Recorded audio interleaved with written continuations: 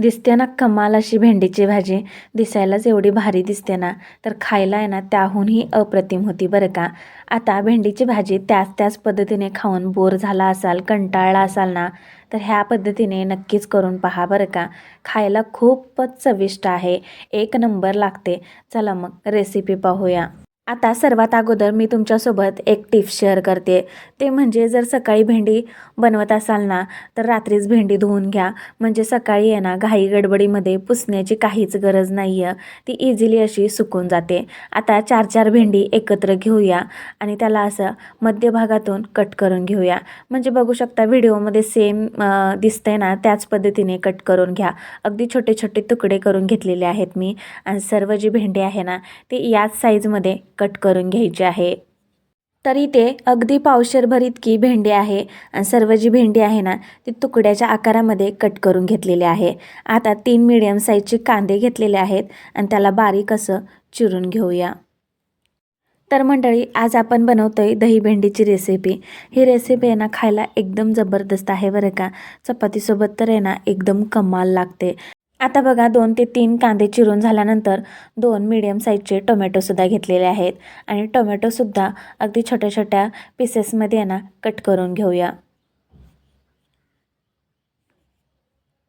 तर इथे भाजीसाठी लागणार आहे ना कांदा आणि टोमॅटो जो आहे ना तो कट करून घेतलेला आहे.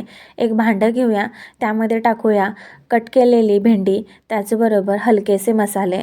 मसाल्यामध्ये हळद पावडर टाकते, त्याचबरोबर लाल तिखट, थोडासा गरम मसाला, चवीनुसार मीठ टाकूया आणि 1 चमचा बेसन टाकायचं आहे. सर्वात शेवटी अगदी थोडंफार तेल टाकायचं आहे. 1 चम्मच जर टाकला ना तरीही चालतं. सर्व मिश्रण एकजीव करायचं आहे. मसाले सर्व भेंडीला लावून घ्यायचं आहे. याने ना भेंडीची चव आहे ना खरंच खूप मस्त लागते. त्यासाठी अशा प्रकारची अशी भेंडी आहे ना तुम्ही नक्कीच एकदा बनवू शकता आणि बनवल्यानंतर आहे ना मला कमेंट्स करून नक्की सांगा की कशी झाली होती रेसिपी. आता बघा सर्व मसाले एकत्र करून भेंडीला लावून घेतल्यानंतर कढईमध्ये थोडंसं तेल टाकलेलं आहे, 1-1.5 चमचा, आणि भेंडी यामध्ये टाकते. भेंडी जशी आपण भेंडी बनवताना अगोदर थोडीशी फ्राय करून घेतो ना, सेम त्याच पद्धतीने हे सुद्धा फ्राय करून घेणार आहोत. अगदी 2 ते 3 मिनिटे कमी गॅसवरती. तर भेंडी फ्राय झाल्यानंतर आहे ना काढून घेणार आहोत आणि त्याच कढईमध्ये आपण परत एकदा फोडणी देणार आहोत. भेंडी काढून झालेली आहे, तर कढईमध्ये तेल टाकूया अगदी 1 ते 1.5 चमचा आणि त्यामध्ये बारीक कट केलेला कांदा टाकूया. कांदा अगदी मऊ होईपर्यंत वाट पाहायची आहे बरं का.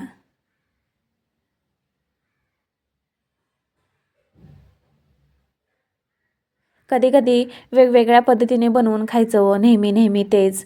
कधी शेंगदाण्याचं कूट टाकून, तर कधी काय.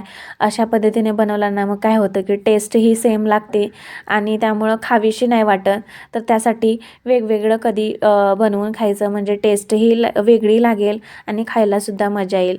यानंतर टोमॅटो टाकल्यानंतर टोमॅटो मऊ करून घेतलेला आहे तेलामध्ये. लगेचच आलं लसूण पेस्टसुद्धा टाकलेली आहे. तीसुद्धा एखाद मिनिटभर परतून घेऊया तेलामध्ये. अगोदरच मसाले टाकलेले आहेत त्यामुळं खूप काहीसे मसाले टाकायचं नाही आहे. हळद पावडर आणि घरगुती लाल तिखट टाकलेलं आहे चवीनुसार.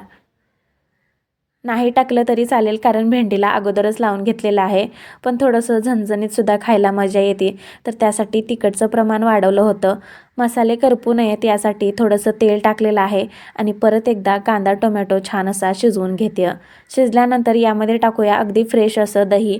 खूप काहीसं आंबट दही निवडू नका, कारण चव आहे ना मग खूपच वेगळी लागू शकते. तर त्यासाठी दही सर्व मिश्रणामध्ये एकजीव करून घेते, मिक्स करून घेते. यानंतर यामध्ये टाकूया भेंडी फ्राय केलेली. मस्त असं मिक्स करून घ्यायचं आहे. चवीनुसार मीठ टाकायचं आहे आणि झाकण ठेवून अगदी 2 ते 3 मिनिटासाठीच घ्यायची आहे बरं का. कारण अगोदरच भेंडी फ्राय केल्यामुळं खूप काहीसा वेळ लागत नाही आहे शिजण्यासाठी. आणि पाहू शकता दिसायला किती सुरेख दिसते. ग्रेव्हीसुद्धा मस्त झालेली आहे आणि सुगंध तर एकच नंबर येतोय बरं का. तर झाकण ठेवूया, अगदी 2 ते 3 मिनिट वाट पाहूया. यानंतर झाकण खोलून सर्वात शेवटी टाकायची आहे खूप सारी बारीक चिरलेली कोथिंबीर. आणि तयार झाली ना मंडळी ही दही भेंडीची रेसिपी. कशी वाटली मला नक्की कमेंट्स करून सांगा. जर टिफिन वगैरे द्यायचा असेल ना तर तुम्ही ही टिफिनची रेसिपी आहे ना नक्कीच ट्राय करू शकता. परत परत बनवायला लावतील बरं का तुमच्या घरचेसुद्धा. एवढी कमाल लागते, खतरनाक लागते.